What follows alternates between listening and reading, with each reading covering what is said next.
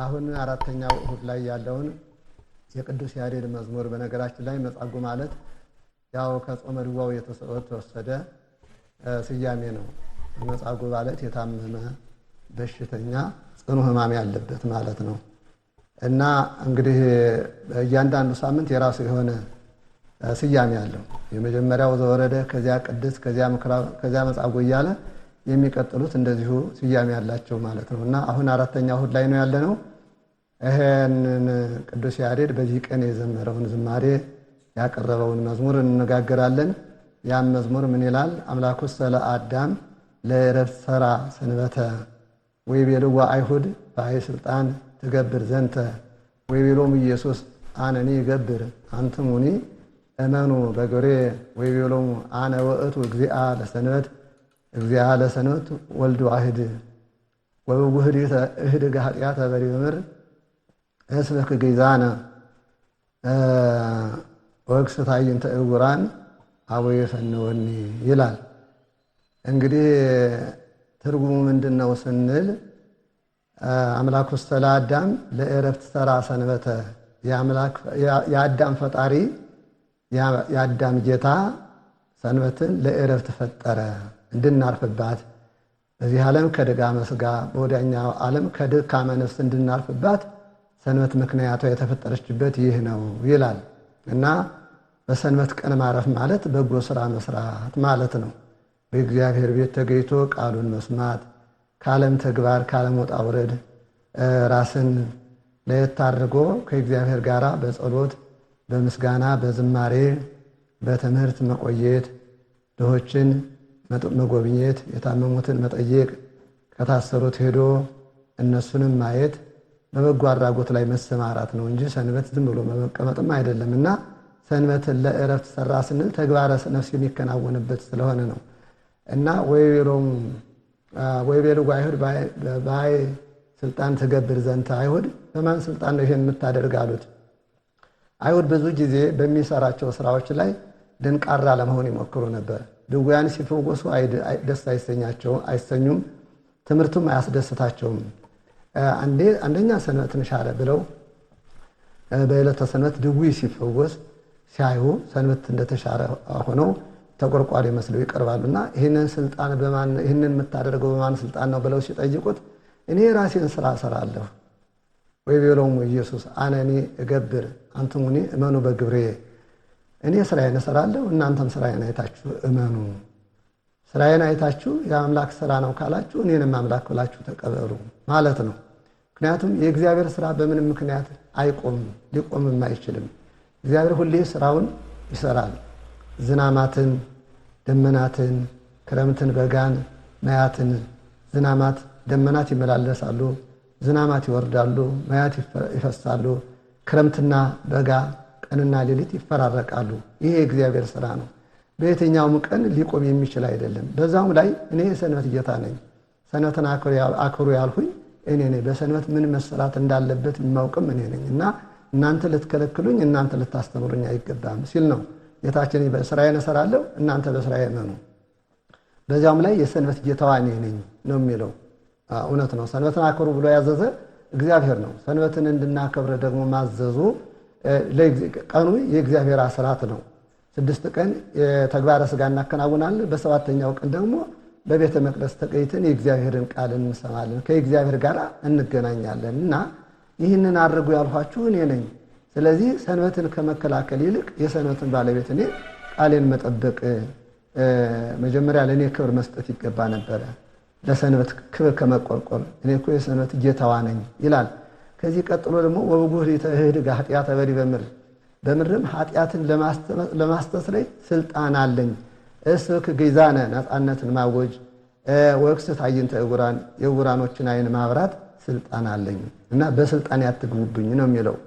እንግዲህ አጋንንትን ሲያስወጣ፣ ድውያንን ሲፈውስ፣ ሌሎችን ተአምራት ሲያደርግም በስልጣኑ በትምህርቱም በስራው መግባት ይፈልጋሉና ይህ የኔ ስልጣን ነው፣ በስልጣኔ መግባት አትችሉም እያለ ነው ሚላቸው። ይህንን ነው ቅዱስ ያሬድ ከየቦታው ሰብስቦ አጠራቅሞ በዚህ በመዝሙሩ በዚህ ባጭር ቃል የገለጸው። እግዚአብሔር ስራ የማይቆም የማይገደብ እንደሆነ፣ እግዚአብሔር በምድር ላይ ስልጣን እንዳለው፣ ኃጢአትን የማስተስረይ ነፃነትን የማወጅ ዕውራንን የማብራት ስልጣን እንዳለው በዚያውም ላይ የሰንበት ፈጣሪ እንደሆነ ሰንበትንም ለእረፍት እንደሰራት እኛም እረፍተ ነፍስ የምናገኝባት መልካም ስራ የምንሰራበት ቀን እንደሆነች ቅዱስ ያሬድ በመዝሙሩ ላይ ይገልጽልናል ማለት ነው። ከዚህ ቀጥለን የምንሄደው ወደ ቅዱስ ጳውሎስ መልእክት ነው። የቅዱስ ጳውሎስ መልእክት ገላትያ ምዕራፍ 5 ከቁጥር 1 እስከ 26 ላይ ባለው ላይ ነው። እንግዲህ በዚህ ቀን ሊቀርብ የሚችለው ምንባብ ይሄ ነው። ገላትያ ምዕራፍ 5 ከቁጥር 1 እስከ 26 እዚህ ላይ ምን ይላል? አንትሙ ውስተ ለግእዛን ተጸዋዕክሙ፣ እናንተ ለነፃነት ተጠርታችኋል። ወዳይሙ ተበግበሩ ላቲ ምክንያት ለግእዛንክሙ፣ ነገር ግን ለነፃነታችሁ ምክንያት አትፍጠሩላት ይላል ቅዱስ ያሬድ። ቅድም በመዝሙሩ ግእዛንን ልሰጥ ነፃነትን ላውጅ መጥቻለሁ ብሎ ቅዱስ ያሬድ በመዝሙሩ ጠቅሶ ነበርና እንግዲህ የግጻዊ ስራውም እነዚህን ምንባባት ማስማማት በአንድ ቀን ለአገልግሎት እንዲውሉ አንዱ ካንዱ ጋር እንዳይለያይ አንዱ ካንዱ እንዳይጋጭ ነው ማድረግ ነው የግጻዊ ስራውና ቅዱስ ያሬድ ግእዛን ነፃነት ብሎ የጠራትን ቅዱስ ጳውሎስ ደግሞ እዚህ ላይ በመልእክቱ ላይ የተሰጣችሁን ነፃነት በስጋ ፈቃድ ብላችሁ አታርክሱት፣ ነፃነታችሁን አታስወስዱት ይላል። እዚህ በገላትያ ምዕራፍ ላይ እንደምናየው ቢጽ ሐሳውያን የሚባሉ ጥምቀትና ግዝረት፣ ሙሴና ክርስቶስ፣ ወንጌልና ኦሪት በጋራ ፊት ለፊት መስታ ለመስታ ካልተያዩና እኩል ትምህርቱ ካልተሰጠ ሙሴ ክርስቶስ ያለ ሙሴ፣ ጥምቀት ያለ ግዝረት፣ ወንጌልም ያለ ኦሪት ብቻዋን አትሰራም ብለው እንቅፋት የሆኑት ነበር በትምህርቱ እና ግዝረት ምንም የሚጠቅመው ነገር የለም። በክርስቶስ በሐዲስ ኪዳን ግዝረት ጥቅም የለውም። ጥቅም ያለው እምነት፣ ጥቅም ያለው ጥምቀት፣ ጥቅም ያለው ፍቅር እና መንፈስ ቅዱስ ናቸው። ይህንን ያመነ ሰው መገዘርም አለመገዘርም የሚፈጽመው ግዳጅ የለም። እግዚአብሔር የሰጣችሁን ነፃነት በአንድም በሌላም መንገድ አታስወስዱት፣ አታስነጥቁት። ይሄ የስጋ ስራ ነው። የስጋ ስራ ዝሙት፣ ርኩሰት፣ መዳራት፣ ጣዖት ማምለክ፣ ሟርት፣ ራስ ወዳድነት እኒህን የመሰሉ ናቸው የስጋ ፈቃዶች። የነፍስ ፈቃድ ደግሞ ፍቅር፣ ሰላም፣ ደስታ፣ ገርነት፣ በጎነት፣ ታማኝነት ናቸው። እነዚህን የመንፈስ ፍሬዎች ወይም ደግሞ መልካም ስራዎች፣ መልካም ባህሪያቶች ከተላበሳችሁ ተገዘራችሁም አልተገዘራችሁም የሚያመጣው ፋይዳ የለውም። መልካም ባህሪያቶች ፍቅር፣ እምነት፣ ሰላም፣ ደስታ ነው። ፍቅር ማለት ሁሉን አስተካክሎ መውደድ ማለት ነው። ሁሉን አስተካክሎ ኃጥእ ጻድቅ መናፍቅ ሳይሉ ሁሉንም ሰው በመሆኑ አስተካክሎ ሰውን መውደድ ነው። ደስታ ማለት በእግዚአብሔር መደሰት፣ እግዚአብሔር እያለኝ ምን ሆናለሁ ብሎ በእግዚአብሔር መርካት። ደስታችን ሁሉ በእግዚአብሔርና በቃሉ ላይ ሊሆን ይገባል። ደስታ ፍጹም ደስታ ማለት ያ ነው። ከእግዚአብሔር የምናገኘው ደስታ ነው። ከዓለም የምናገኘው ደስታ ጠፊ ነው፣ አላፊ ነው። ጠዋት የነበረው ማታ የለም፣ ማታ የነበረው ጠዋት አይገኝም። ሁሉም ነገር የማርጀት የመጥፋት የመለወጥ ጸባይ ያለው የማይለወጠውና የማያረጀው ደስታ ከእግዚአብሔር የሚገኘው ነውና ፍቅርን፣ ደስታን፣ ሰላምን ገንዘብ አድርጉ ይላል በዚህ መልእክት ላይ በገላትያ ብናነበው እጅግ አስተማሪ ነገር አለው እና ፍቅር ማለት ሁሉን መውደድ ማለት ነው። ደስታ ማለት በእግዚአብሔር መተማመን፣ በእግዚአብሔር ደስ ይበላችሁ ይላል ቅዱስ ጳውሎስ በፊልጵስዩስ መልእክቱና በእግዚአብሔርና በቃሉ በቅድስት ቤተክርስቲያን መደሰት ማለት ነው። እሱ ነው ፍጹም ደስታ። ሰላም ማለት አለመታወቅ፣ አለመረበሽ፣ የውስጥ መረጋጋት ያስፈልገናል ማለት ነው። በጎነት፣ ገርነት ማለት ደግሞ ለሰዎች የምናደርገው ካስተሳሰባችን ከስራችንን ሁሉ ለሰዎች የሚጠቅም ስራ መስራት፣ ለሰዎች የሚጠቅም ሐሳብ ማሰብ፣ ለሰው በሚጠቅም ስራ ላይ መሰማራት፣ እግዚአብሔርም ሰውን በሚደሰትበት ማለት ነው እና እናንተ ለነፃነት ተጠርታችሁ ሳለ ነፃነታችሁን አታርክሱት። ወደ ባርነት፣ ወደ ኃጢአት፣ ወደ መርገም፣ ወደ ዲያብሎስ አትቀየሩ። በሱ ቁጥጥር ስር አትውደቁ። የሱ ስራው ዝሙት፣ ርኩሰት፣ መዳራት ማለት ነው። አሁን ዘመን እንደምናየው መዳራት፣ ዝሙት፣ ርኩሰት ከቅጥ የሌለው መጥፎ ባህሪያቶች ናቸውና እነዚህን ትታችሁ እግዚአብሔር ለሰጣችሁ ነፃነት በመንፈስ በየዋሃት በእምነት በታማኝነት በፍቅር በሰላም በደስታ ኑሩ ብሎ ቅዱስ ጳውሎስ በዚህ መልእክት ላይ ያስቀምጥልናል። ከዚህ ቀጥለን የምንሄደው ወደ ቅዱስ ያዕቆብ ነው። ቅዱስ ያዕቆብ ምዕራፍ 5 ከቁጥር 14 እስከ መጨረሻው ያለውን እናያለን። እዚህ ደግሞ ምን ይላል? ቅድም መጻጉዕ ማለት የታመመ በሽተኛ ጽኑ ደዌ ያለበት ሊድን የማይችል በሽታ ያለበት ሰው ማለት ነው ብለናልና አሁን የሚያዘው አብዛኛው በዚህ ቀን የሚዘመረው ድውያን መዳናቸው፣ ዕውራን መብራታቸው፣ አንካሳን መርታታቸው የእግዚአብሔር ድንቅ ስራ በበሽተኞች ጤና በጎደላቸው አጋንንት ባደሩባቸው የሚጥል በሽታ ባለባቸው የሚያስጨንቅ ሕመም ባለባቸው ሰዎች ላይ የተደረገውን ታምራት በታምራቱ ዙሪያ ላይ የሚያጠነጥንና ከዚህ ላይ የምናገኘው ወእመቦ ዘይደውይ እምኔክሙ ለይጸውዕ ቀሳውስተ ይላል ቅዱስ ያዕቆብ። ከእናንተ መካከል የታመመ ሰው ቢኖር በቤተ ክርስቲያን ያሉ ካህናትን ቀሳውስትን ይጥራ ወይጸልዩ ላዕሌሁ፣ እነሱም መጥተው ይጸልዩለት። እንደ ወንጌል፣ እንደ ዳዊት፣ እንደ ኪዳን፣ እንደ መስተብቁ ያለ ጸሎት ተሰብስበው እነዚያ በቤተ ክርስቲያን ያሉ አገልጋዮች ይጸልዩለት። ወይቅብዕዎ ቅብአ ጸሎት በስሙ ለእግዚእነ ኢየሱስ ክርስቶስ፣ በጌታችን በኢየሱስ ክርስቶስ የተጸለየበት ቅዱስ ቅብዕም ይቀቡት ነው የሚለው። ወጸሎተ ሃይማኖት የሃይወ ለድውይ፣ እንዲህ የሆነ እንደሆነ አምነው የጸለዩት ጸሎት በሽተኛውን ከበሽታው ያድነዋል። ወእመቦ ቦቱ ኃጢአት ይታደግ ሎቱ፣ ኃጢአትን ቢኖርበት ኃጢአቱ ይሰረይለታል ይላል። እንዲህ ቅዱስ ጳውሎስ እዚህ ላይ ያዘነ ቢኖር ይጸልይ፣ ደስ ያለው ቢኖር ይዘምር። የታመመም ሰው ቢኖር የቤተ ክርስቲያን አባቶችን ጠርቶ በሱ ላይ ይጸልዩለት። በጌታችን በኢየሱስ ክርስቶስ የተጸለየውንም ቅዱስ ቅብ ይቀቡት። አምነው የጸለዩት ጸሎት በሽተኛውን ያድነዋልና ይላል። እንግዲህ እኛ ብዙ ጊዜ ሲያመን ወደ ሐኪም እንሄዳለን። መሄዱ እንዳለ ሆኖ ግን ፍጹም አዳኝነቱ የእግዚአብሔር ነውና በታመምነ ጊዜ በቤተ ክርስቲያን ያሉ ካህናትን፣ ኤጲስቆጶሳትን፣ መነኮሳትን ጠርተን ጸሎት እንዲያደርጉልን እንጠይቃለን። እነሱ ደግሞ በጸበሉ ላይ ይጸልዩበታል፣ በዘይቱ ላይ ይጸልዩበታል። የተለያየ ነገር ለደዌያችን ፈውስ የሚሆን እንዲያውም አልፎ ኃጢአታችንን የሚያስተሰርይ ጸሎት ያደርጉልናልና ያንን ስንቀባ በስጋም በነፍስም ፈውስ እናገኛለን ማለት ነው። ጸሎቱ ስጋንም ነፍስንም ያድናል። የነፍስ በሽታ ኃጢአት ነው። የስጋ በሽታ እንግዲህ የተለያየ ስኳር የምንለው በቃ በውስጣችን ያለው የሳምባ፣ የኩላሊት፣ የጉበት የምንለው የተለያየ የበሽታ አይነት በዚህ ጸሎት ሊድን ይችላል። አሁን እዚህ የታዘዝነው አንደኛ ካህናትን እንድንጠራ ነው። የተለዩ ሰዎች እንዳሉ ይነግረናል። አንዳንድ ሃይማኖት ሰዎች ሁላችን ካህናት ነን፣ ሁላችን እንጸልያለን ባዮች ናቸው። እዚህ ግን የቤተ ክርስቲያን አባቶችን ጥሩ ነው ለዚህ የተቀመጡ እግዚአብሔር ለዚህ የመረጣቸው ስልጣን የሰጣቸው አባቶች ድውያንን እንዲፈውሱ፣ አጋንንትን እንዲያወጡ፣ የሞቱትን እንዲያስነሱ፣ ለምጻሞችን እንዲያነጹ ቅዱሳን ሐዋርያትን መድቦ ሹሞ እንደላከ ዛሬም በእነሱ ትኬ ሾማቸው ካህናት፣ ኤጲስቆጶሳት፣ ጳጳሳት አሉና እነሱ ናቸው ተጠርተው መምጣት ያለ ይህንን ስራ የሚያከናውኑት። ይሄ ነው ከሰባቱ ምስጢራት አንዱ ይሄ ነው። ቀንዲል ይባላል። ቀንዲል ማለት ለፈውስ የሚጸለይ ጸሎት ማለት ነው። ምስጢራት ሊያከናውኑ የሚችሉ ስልጣነ ክህነት ያላቸው አባቶች ናቸውና አንድ እነሱን መጥራት አለብን። ሁለተኛ አምነው የሚጸልዩት ጸሎት ያድናል ስላለ አንድ ካህኑ ያመነ መሆን አለበት። እኔ በምጸልየው ጸሎት በሽተኞች እንዲድኑ እግዚአብሔር እርዳይ ብሎ ልቡናውን በእግዚአብሔር ላይ የጣለ የተማመነ ካህን መሆን አለበት። ሁለተኛ ታማሚው በዚህ ጸሎት እድናለሁ ብሎ ማመን አለበት። ካላመነ ጸሎቱ ፈውስ አይኖረውም። መጀመሪያ ልቡናችንን ከእምነት ጋር መገናኘት አለበት ማለት ነው። እንግዲህ እዚህ ይህንን ይነግረናል።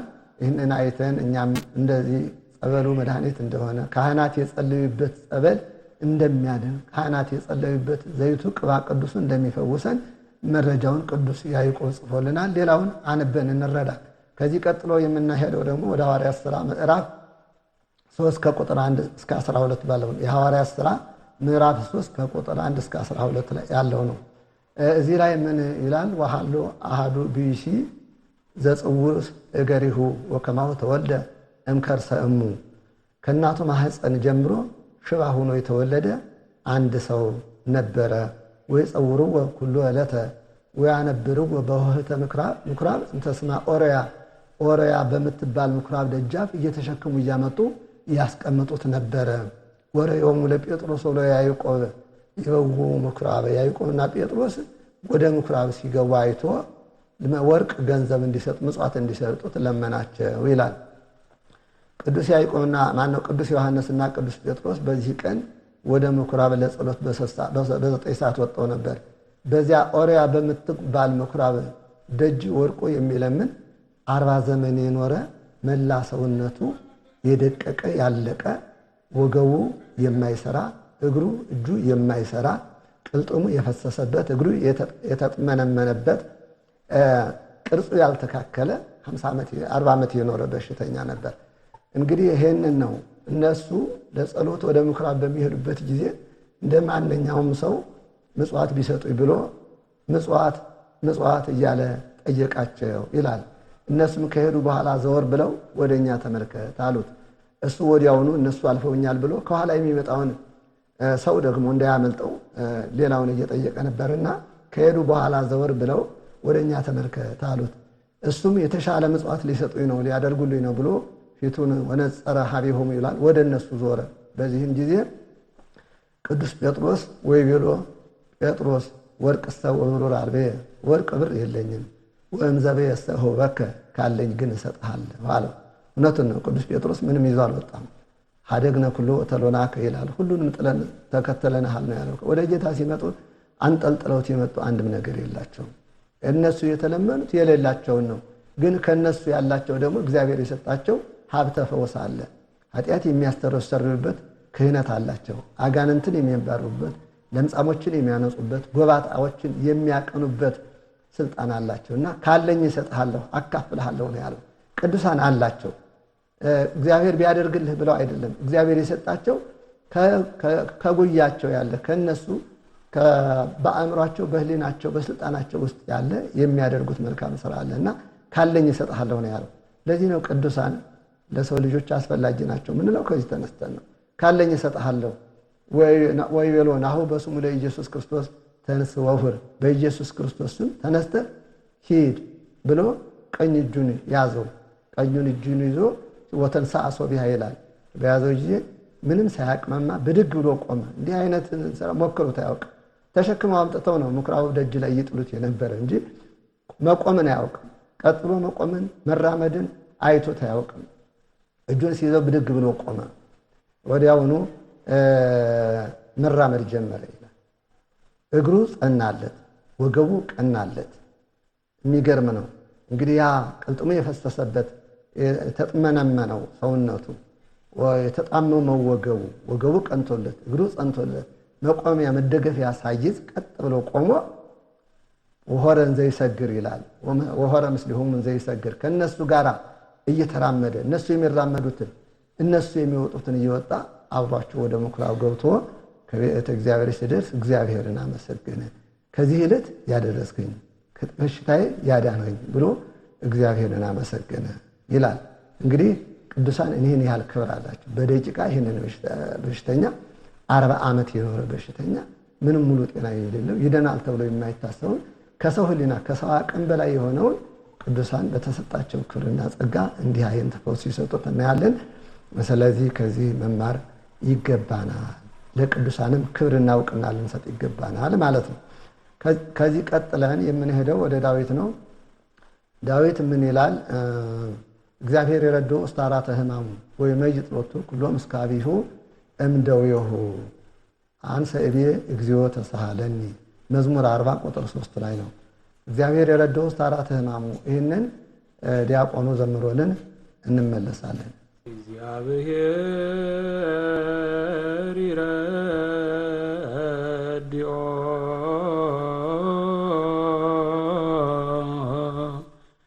ውስተ ዓራተ ህማሙ ወይመይጥ ሎቱ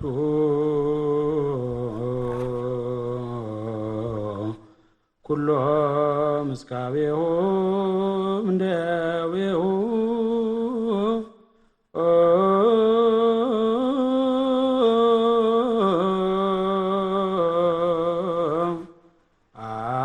አንሰብ እግዚኦ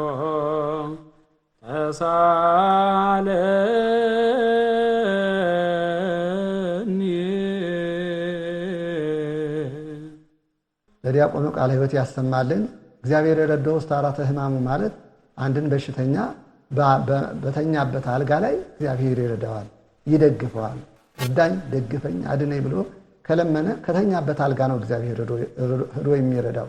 ወይ መይጥ ሎቱ ኩሎ ምስካቢሁ እምደዌሁ አልጋውንም በበሽታ የተኛበትን አልጋ አስለቅቆ በጤነኛው አልጋ እንዲተኛ ያደርገዋል። አንዳንዴ በሐኪም ቤት ሄደን የምንተኛውን እግዚአብሔር ሲፈውሰን ከዛ ወጥተን በራሳችን አልጋ ጤነኛ በሚተኛበት መኝታ ላይ እንተኛለንና ይህን የሚያደርገው የእግዚአብሔር ስልጣን ነው ይላል። አንሰ እግዚኦ ተሳለኒ እኔ ግን አቅም የለኝምና አቤቱ ይቅር በል ብዬ ወደ አንተ ለምናለሁ ይላል። ከዚህ ቀጥለን የምንሄደው ወደ ወንጌሉ ነው። ወንጌል የዮሐንስ ወንጌል ምዕራፍ 5 ከቁጥር 1 እስከ 25 ያለው ነው።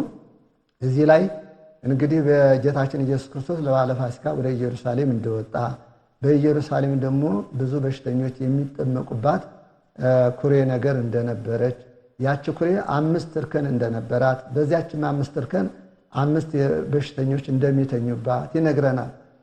ያቺ ኩሬ ምን ትባላለች? ቤተ ሳይዳ ትባላለች። ቤተ ሳይዳ ማለት ቤተ ሳህል ማለት ነው።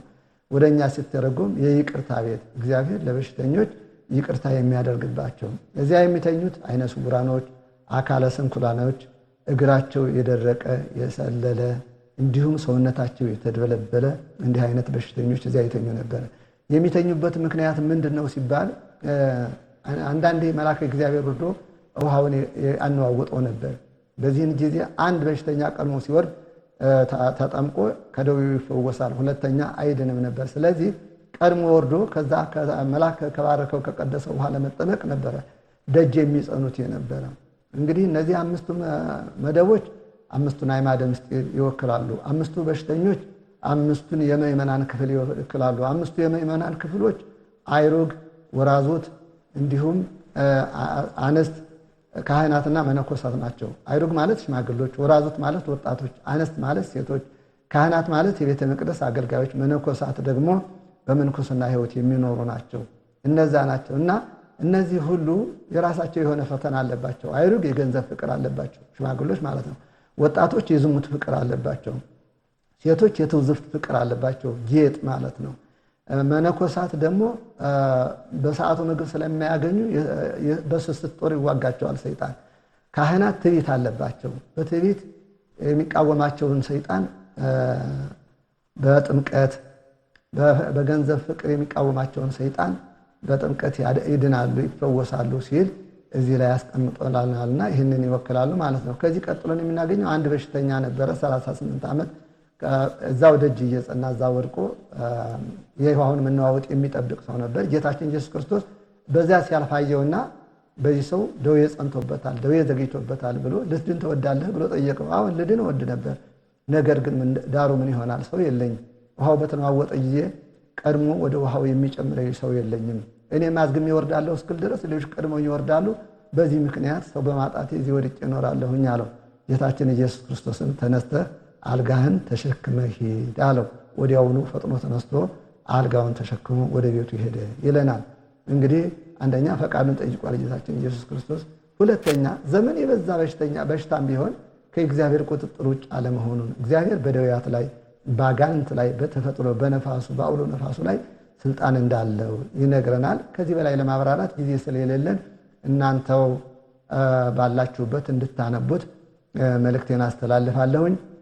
ለነበረን ጊዜ ለነበረን ሰዓት ክብር ምስጋና ይግባው። እግዚአብሔር አብ ጸጋ፣ የእግዚአብሔር ወልድ ቸርነት፣ የእግዚአብሔር መንፈስ ቅዱስ አንድነት፣ የቅድስተ ቅዱሳን የንጽሕተ ንጹሐን የድንግል ማርያም እናትነት፣ የቅዱሳን ረድኤታቸው በረከታቸው ለሁላችንን ይሁን።